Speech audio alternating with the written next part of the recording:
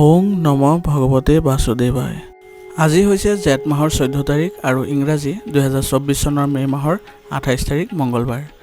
আজি তিথি হৈছে কৃষ্ণ পঞ্চমী তিথি আৰু কৃষ্ণ পঞ্চমী থাকিব আজি দুপৰীয়া 2:46 লৈকে। আজি নক্ষত্ৰ হৈছে উত্তৰহাৰা নক্ষত্ৰ আৰু উত্তৰহাৰা নক্ষত্ৰ থাকিব আজি ৰাতিপুৱা 9:15 লৈকে।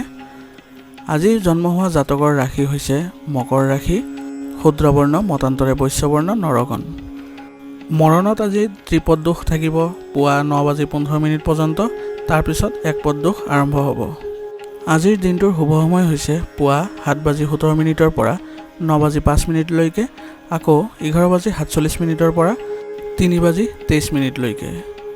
আজি সূৰ্য উদয় হোৱাৰ সময় হৈছে পুৱা 4:35 আৰু সূৰ্য অস্ত যোৱাৰ সময় হৈছে আবেলি 6:05। আপোনালোকলৈ মোৰ এটি বিশেষ অনুৰোধ, যদি চেনেলটো নতুন হৈ আছে তেন্তে চেনেলটো ছাবস্ক্ৰাইব কৰি ল'ব আৰু লগতে বেল আইকনটো বজাই ল'ব দৈনিক ৰাশিফল পাই থাকিবৰ বাবে। আহক আমি জানো কোন ৰাশিৰ জাতকে বিশেষ সফলতা লাভ কৰিব ৰাশিফলৰ যোগেদি। ৰাশিফল শিতানৰ প্ৰথম ৰাশিটো হৈছে মেষ ৰাশি। মেষ ৰাশি জাতকৰ আজি আপুনি নিজকে বহুত ধৰণৰ কামত ব্যস্ত ৰাখিব পাৰিব আৰু লগতে বহুত সফলতাও লাভ কৰিব। সামাজিক কাম কাজতো সক্ৰিয়ভাৱে অংশগ্ৰহণ কৰিব, যাৰ বাবে আপোনাৰ সন্মান আৰু যোগাযোগৰ বৃত্তটো সম্প্ৰসাৰিত হ'ব। আপোনাৰ ঘনিষ্ঠ কোনোবা এজনৰ আচৰণৰ বাবে জীৱনত কিছু উত্তেজনা আহিব পাৰে। বাহিৰৰ মানুহৰ হস্তক্ষেপে সমস্যাটো আৰু বেছি বেয়া কৰি তুলিব পাৰে, গতিকে সাৱধান হওক আৰু ঘৰৰ কথাবোৰ নিজৰ মাজতে নিষ্পত্তি কৰাটোৱেই আপোনাৰ বাবে ভাল হ'ব। ব্যৱসায়ত গঢ়ৰ পদবী আপোনাৰ বাবে ভাল হ'ব, কিন্তু সেইবোৰ ব্যৱহাৰ কৰাটো আপোনাৰ কৰ্মক্ষমতাৰ ওপৰত নিৰ্ভৰ কৰিব। চাকৰিত আপোনাৰ উপযুক্ত কৰ্মক্ষমতাৰ ভিত্তিতেই আপোনাৰ পদোন্নতিৰ নিশ্চয়তা দিয়া হ'ব। নিজৰ মাজতে পাৰিবাৰিক ভুল বুজাবুজিৰ সমাধান কৰিলে সমস্যাৰ সমাধান নিশ্চিতভাৱে পোৱা যাব। প্ৰেমৰ সম্পৰ্কবোৰ মধুৰ হ'ব। ডায়েবেটিছ ৰোগ থকা ৰোগীসকলে নিজৰ বিশেষ যত্ন ল'ব লাগিব আৰু নিয়মীয়াকৈ পৰীক্ষা কৰি থাকিব লাগিব। দৈনন্দিন যোগা আৰু ব্যায়াম কৰাটো আপোনালোকৰ বাবে বাধ্যতামূলক হ'ব। আজিৰ কাৰণে আপোনাৰ লাকি কালাৰ হৈছে কেশৰ আৰু লাকি নাম্বাৰ হৈছে 3। এতিয়া বৃষ ৰাশি। বৃষ ৰাশি জাতকৰ আজি আপুনি আপোনাৰ কিছুমান সমস্যাৰ সমাধান পাবলৈ ওলাইছে।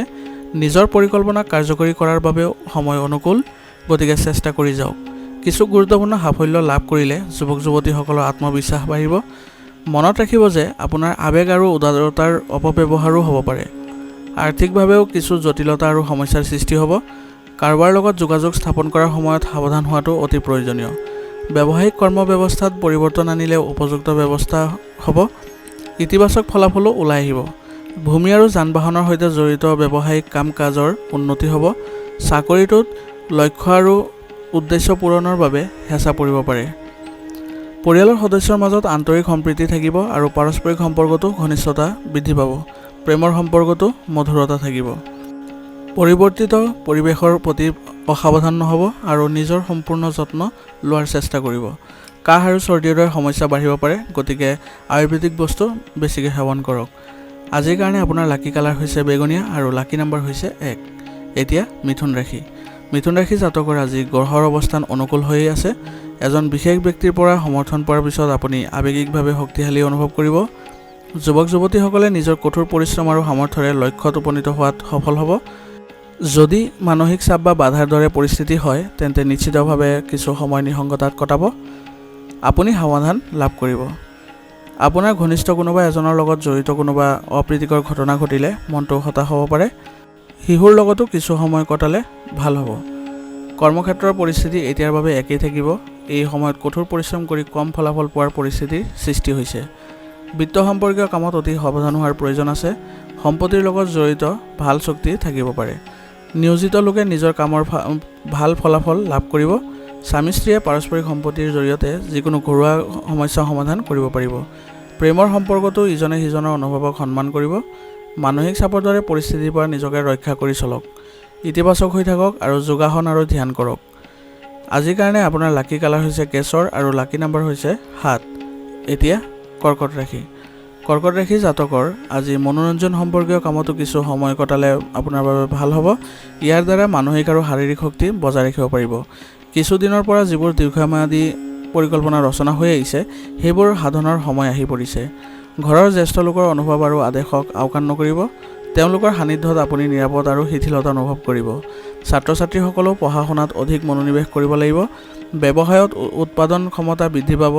পৰিস্থিতি আৰু ভাগ্যই আপোনাক সহায় কৰিব। মাত্ৰ মনত ৰাখিব লাগিব যে আজি বেছি বিনিয়োগ নকৰিব। বিষয়াৰ লগত তৰ্কত আজি লিপ্ত নহ'ব, নহ'লে আপোনাৰ কিছু অসুবিধাৰ সৃষ্টি হ'ব পাৰে। বৈবাহিক সম্পৰ্কত মধুৰতা থাকিব আৰু পৰিয়ালত সুখ আৰু সুখদায়ক পৰিৱেশৰ সৃষ্টি হ'ব। অত্যাধিক কামৰ বোজাৰ বাবে ক্লান্তিৰ প্ৰাধান্য থাকিব পাৰে। উপযুক্ত জিৰণি লোৱাটো আপোনাৰ বাবে প্ৰয়োজনীয় হ'ব। আজিৰ কাৰণে আপোনাৰ লাকি কালাৰ হৈছে বগা আৰু লাকি নাম্বাৰ হৈছে 9। এতিয়া সিংহ ৰাশি। সিংহ ৰাশি জাতকৰ আজি কিছু ভাল খবৰ পোৱাৰ বাবে ঘৰখনত উৎসৱমুখৰ পৰিৱেশৰ সৃষ্টি হ'ব। দীৰ্ঘদিন ধৰি চলি থকা যিকোনো কামৰ বাধাৰ পৰা মুক্তি পালে আপুনি সকাহ লাভ কৰিব। আপুনি মানসিক শান্তিক অধিক গুৰুত্ব দিব লাগিব। দলীয় কামত আপুনি ভাল প্ৰদৰ্শন কৰিব আৰু আপোনাৰ কামৰ দক্ষতাও শলাগ ল'ব। কিছু ভুল বুজাবুজিৰ বাবে ভাই ভনীৰ সৈতে সম্পৰ্ক নষ্ট হ'ব পাৰে। নিজৰ খং আৰু জেদীতাক নিয়ন্ত্ৰণ কৰক। যিকোনো ধৰণৰ প্ৰত্যাহ্বান গ্ৰহণ কৰিবলৈ সাজু থাকক। এই সময়ত খৰচ বন্যভাৱে বৃদ্ধি পাব। ব্যৱসায়ত সম্প্ৰসাৰণ পৰিকল্পনাৰ কাম আৰম্ভ হ'ব। সম্পূৰ্ণ নিষ্ঠা আৰু কঠোৰ পৰিশ্ৰমেৰে কাম কৰক। ব্যৱসায় বা কাৰ্যালয়ত এটা দল হিচাপে কাম কৰক। ইয়াৰ ফলত ভাল ফলাফল পোৱা যাব। চৰকাৰী বিষয়ত জটিলতা বাঢ়িব। বৈবাহিক সুখ বাঢ়িব। পৰিয়াল আৰু সন্তানৰ সৈতে সময় কটালে সকলোকে সুখী কৰিব। অত্যাধিক দায়িত্বৰ বাবে ভাগৰুৱা অনুভৱ কৰিব।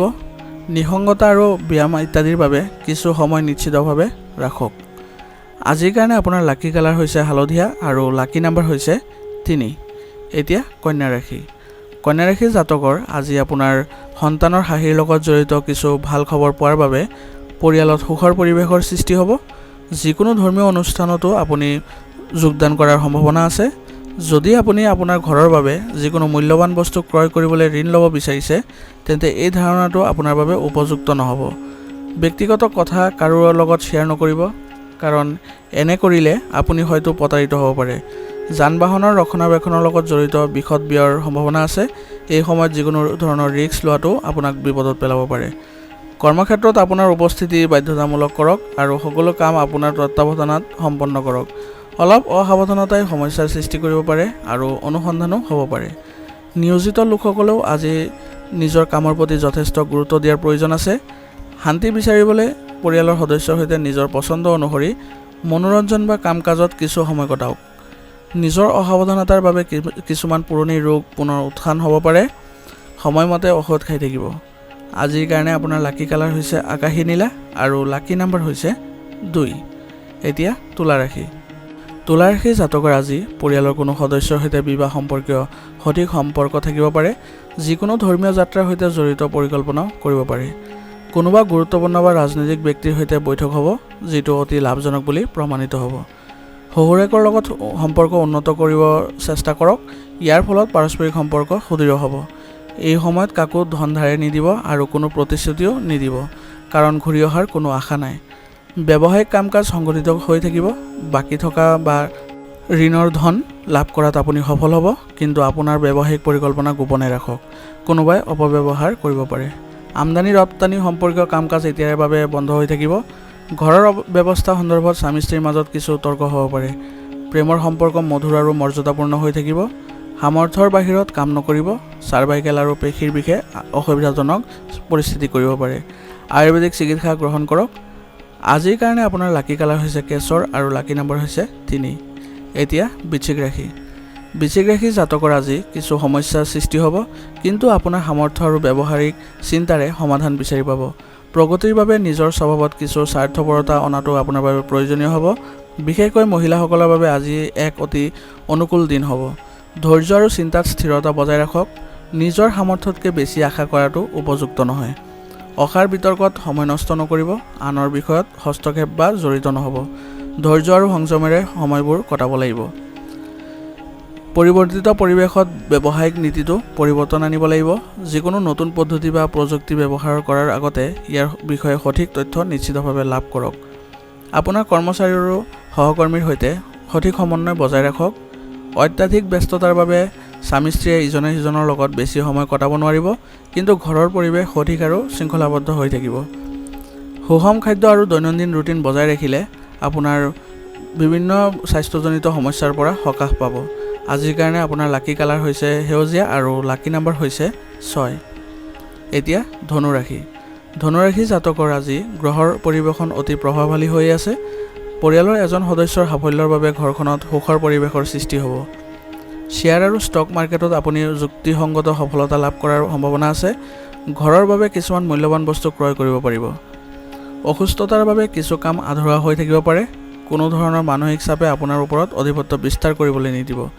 যুৱক যুৱতীসকলে অসাৰ কামত সময় নষ্ট নকৰিব। ঋণৰ লেনদেনৰ সৈতে জড়িত বিষয়ত লোকচানৰ সম্ভাৱনা আছে। ব্যৱসায়ৰ লগত জড়িত কোনো পৰিকল্পনা যদি কৰা হৈছে তেন্তে সেইটো কাৰ্যকৰী কৰাৰ উপযুক্ত সময় আহি পৰিছে। লগতে প্ৰগতিৰ নিশ্চিত সুযোগো আছে। অভিজ্ঞ ব্যক্তিৰ পৰাও সহায় লাভ কৰিব। আপোনাৰ বিপণন যোগাযোগ শক্তিশালী কৰক। ঘৰৰ সুখ আৰু শান্তি বজাই ৰখাত আপোনাৰ অৱদান অতি গুৰুত্বপূৰ্ণ হ'ব। অসাৰ প্ৰেমত সময় নষ্ট নকৰিব। ডায়েবেটিছ ৰোগীয়ে কিছু অসুবিধা বা সমস্যা পাব পাৰে, গতিকে ইয়াৰ বাবে আপুনি অলপ দুৰ্বলতা অনুভৱ কৰিব আৰু সেইবাবে সাৱধানতা অৱলম্বন কৰিব লাগিব। আজিৰ কাৰণে আপোনাৰ লাকি কালাৰ হৈছে ব্ৰাউন আৰু লাকি নম্বৰ হৈছে 9। এতিয়া মকৰ ৰাশি মকৰ ৰাশি জাতকৰ আজি কামবোৰ পদ্ধতিগত আৰু পৰিকল্পিতভাৱে সম্পূৰ্ণ কৰক। আকাংক্ষিত ফল পাই মনত সুখ থাকিব আৰু উপাৰ্জনৰ উৎসবোৰো অধিক শক্তিশালী হ'ব। যুৱক যুৱতীসকলে হয়তো তেওঁলোকৰ কেৰিয়াৰৰ সৈতে জড়িত কিছু ভাল খবৰ লাভ কৰিব। আনৰ ব্যক্তিগত বিষয়ৰ পৰা নিজকে আঁতৰাই ৰাখক, অন্যথা ই আপোনাৰ পৰিয়ালৰ ব্যৱস্থাটো নেতিবাচক প্ৰভাৱ পেলাব। পৰিস্থিতি সমাধান কৰিবলৈ ধৈৰ্য আৰু সংযম ব্যৱহাৰ কৰক, নহ'লে আপোনাৰ ছবিখন কলংকিত হ'ব পাৰে। কিছুমান ব্যক্তিগত কাৰণত ব্যৱসায়ৰ প্ৰতি বিশেষ গুৰুত্ব দিব নোৱাৰিব। ইয়াৰ ফলত আপোনাৰ কৰ্মক্ষেত্ৰৰ ব্যৱস্থাত নেতিবাচক প্ৰভাৱ পৰিব। কাৰ্যালয়ত কামৰ বোজা বেছি হোৱাৰ বাবে এই কাম ঘৰতো কৰিব লাগিব পাৰে। পত্নী আৰু পৰিয়ালৰ সৈতে সম্পৰ্ক মধুৰ হ'ব। ব্যক্তিগত সিদ্ধান্তত পত্নীৰ পৰামৰ্শ নিশ্চয় গ্ৰহণ কৰক। কেতিয়াবা মনত কিছুমান নেতিবাচক চিন্তাৰ সৃষ্টি হ'ব পাৰে। মহিলাসকলে নিজৰ স্বাস্থ্যৰ বিশেষ যত্ন ল'ব লাগিব। আজিৰ কাৰণে আপোনাৰ লাকি কালাৰ হৈছে হালধীয়া আৰু লাকি নম্বৰ হৈছে 5। এতিয়া কুম্ভ ৰাশি কুম্ভ ৰাশি জাতকৰ আজি মিশ্ৰিত প্ৰভাৱৰ দিন হ'ব।